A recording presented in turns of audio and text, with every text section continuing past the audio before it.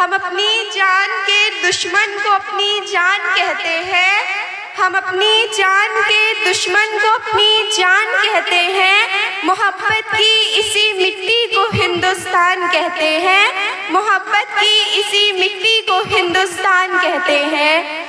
जो दुनिया में सुनाई दे उसे कहते हैं खामोशी, जो दुनिया में सुनाई दे उसे कहते हैं खामोशी। जो आँखों में दिखाई दे उसे तूफान कहते हैं, उसे तूफान कहते हैं। जो ये दीवार का सुराग है साहब, कि जो ये दीवार का सुराग है साहब, चाइना अमेरिका पाकिस्तान साजिशों का हिस्सा है, मगर हम इसे अपने घर का रोशनदान कहते हैं, रोशनदान कहते हैं। बहुत खूब। Good morning everyone. My name is Hira Kadri, a student of class 10.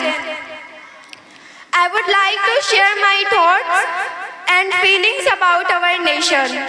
आज़ादी, आज़ादी का असल मतलब वही समझ सकते हैं जिसने कभी गुलामी की हो। हम सौभाग्यशाली हैं कि हमने स्वतंत्र भारत में जन्म लिया। यूँ तो आज़ादी की लौ 1857 में ही जल चुकी थी, जो वर्षाल बनकर 1947 में हमारे देश को आज़ाद कराई।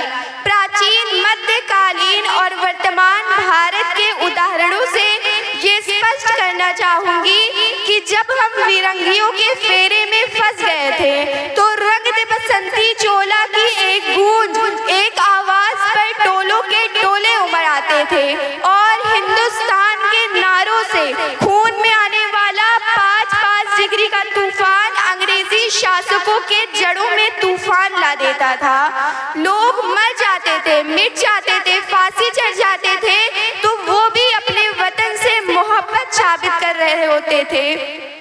इस तरह पूरा परिवार अपने देश से मोहब्बत साबित कर रहा होता था। उसके बाद 62, 65 और 71 के युद्धों में अपना सुहाग गवा देने वाली जब घर के हालात यूँ हो जाया करते थे कि सिर्फ लाशें ही घर आती थी, उसके बाद भी एक माँ अपने बेटे को दुश्मन की धज्जियाँ उड़ाने के लिए भेज देती थी। उस दौर में देश बलिदान मांगता था, उस दौर में देश लड़ जाने को कहता था, उस दौर में देश मर जाने को, मिट जाने को, फांसी चढ़ जाने को कहता था। किंतु आज देश लड़ जाने को नहीं कहता, आज देश मर जाने को, मिट जाने को, फांसी चढ़ जाने को नहीं कहता।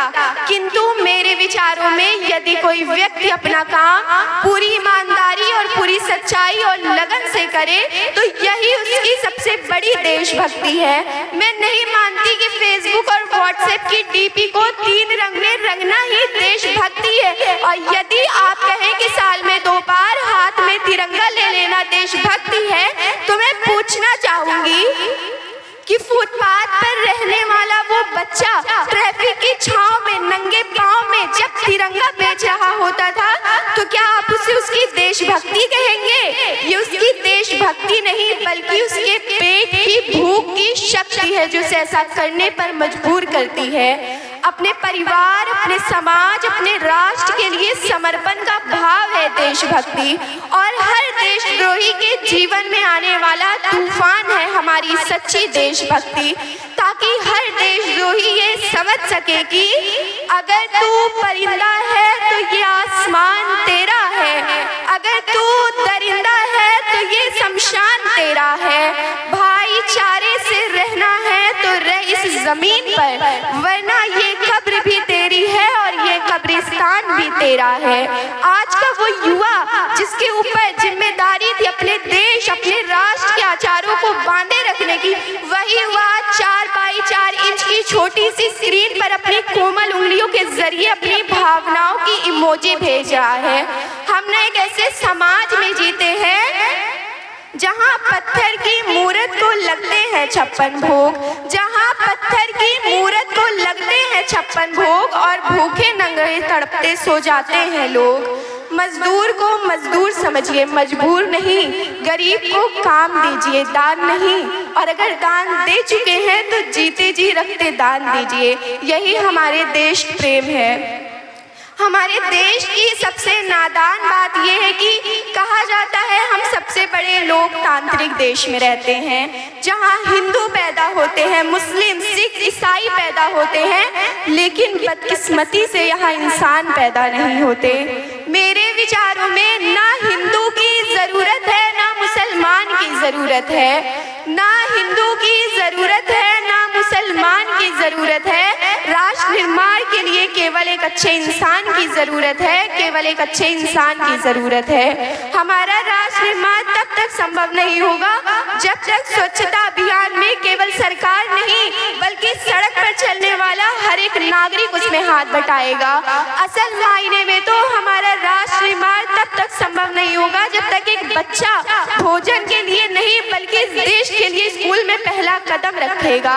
असल मायने में तो हमारा राष्ट्र निर्माण तब तक संभव नहीं होगा जब तक एक नागरिक नैतिक रूप से स्वच्छ, मानसिक रूप से हिमालय, धार्मिक रूप से अंधा, स्वैच्छिक मान मूल्यों के आंकड़ों में जिन्न शिन्न पैपंड में अखंड भारत को खंड खंड करता रहेगा, तब तक हमारा राष्ट्र निर्माण संभव नहीं होगा। I'm being an Indian, I'm symbol of this motherland and freely proud to be an Indian। और मैं सैल्यूट करना चाहूंगी सरहद पर दिन रात हमारी रक्षा के लिए खड़े जवान को, इस देश की पुलिस प्रशासन और इस देश के किसान को, इस देश के हर उस व्यक्ति को जो अपना काम पूरी ईमानदारी, पूरी सच्चाई और पूरी लगन से करे। और आज इस मंच पर मैं भारत की बेटी ये कहती हूँ कि इस देश का राष्ट्र निर्माण तब संभव होगा जब मैं, आप, हम सभी इसमें प्रयास करेंगे, क्योंकि इस देश की जिम्मेदारी नहीं है ये हमें आगे ले जाए, ये हमारी जिम्मेदारी है कि हम अपने देश को आगे ले जाए। आखिर में मैं अपने देश के कानून के ऊपर एक शायरी बोलना चाहूंगी। जहले पर वर्दा ये कदरे ये निराले कानून, जुल्म अदवान की टकसाल में ढाले कानून, तशरीगी नफ्स के जज्बों की बुझाने के लिए नूहे इंसान के बनाए हुए काले कानून।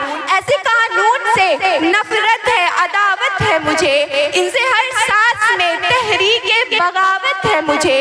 तुम हंसोगे कि ये कमजोर सी आवाज है क्या, तुम हंसोगे कि ये कमजोर सी आवाज है क्या, झुनझुनाया हुआ ठर्राया हुआ साज है क्या। इस शायरी से आप ये ना समझिएगा कि हमें अपने वतन से मोहब्बत नहीं है, क्योंकि तकनीक जानने वाला युवा अब्दुल कलाम बने, IIT NIT से पढ़ने वाला छात्र नासा के लिए नहीं अपितु ISRO के लिए काम करे। हम क्रिकेट, फुटबॉल, हॉकी, कबड्डी खेले तो भारत के लिए खेले, रचनाएं ऐसी रची जाएं कि साहित्य का नोबेल भारत को प्राप्त हो। हम शिष्टाचार यूं अपनाएं कि जापान से पहले भारत का नाम हो। पर्यावरण संरक्षण को अतिथि देवो भव की भावना से जागरूक करने की आवश्यकता है। जो युवा दौड़ सकता है वो युवा दौड़े, जो युवा चल सकता है वो युवा चले, और जो युवा रेंग सकता है वो युवा रेंगे, परंतु वो अपने कर्तव्य का आह्वान अवश्य करे। अतिथि देवो भव की भांति नेतृत्व क्षमता के साथ, इसी के साथ मैं युवाओं का आह्वान करना चाहूंगी। उठो जवान देश की वसुंधरा पुकारती, उठो जवान देश की वसुंधरा पुकारती, ये देश है पुकारता पुकारती मां भारती। धन्यवाद। जय हिंद, जय भारत। बहुत बेहतरीन।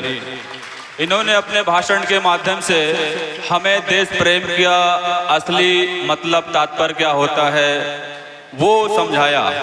और बेवकूफ़ हैं वो लोग जो इन आँखों में पाकिस्तान ढूंढते हैं। यहाँ तो हर एक बच्चे के अंदर हिंदुस्तान पे मर मिटने का जज्बा है।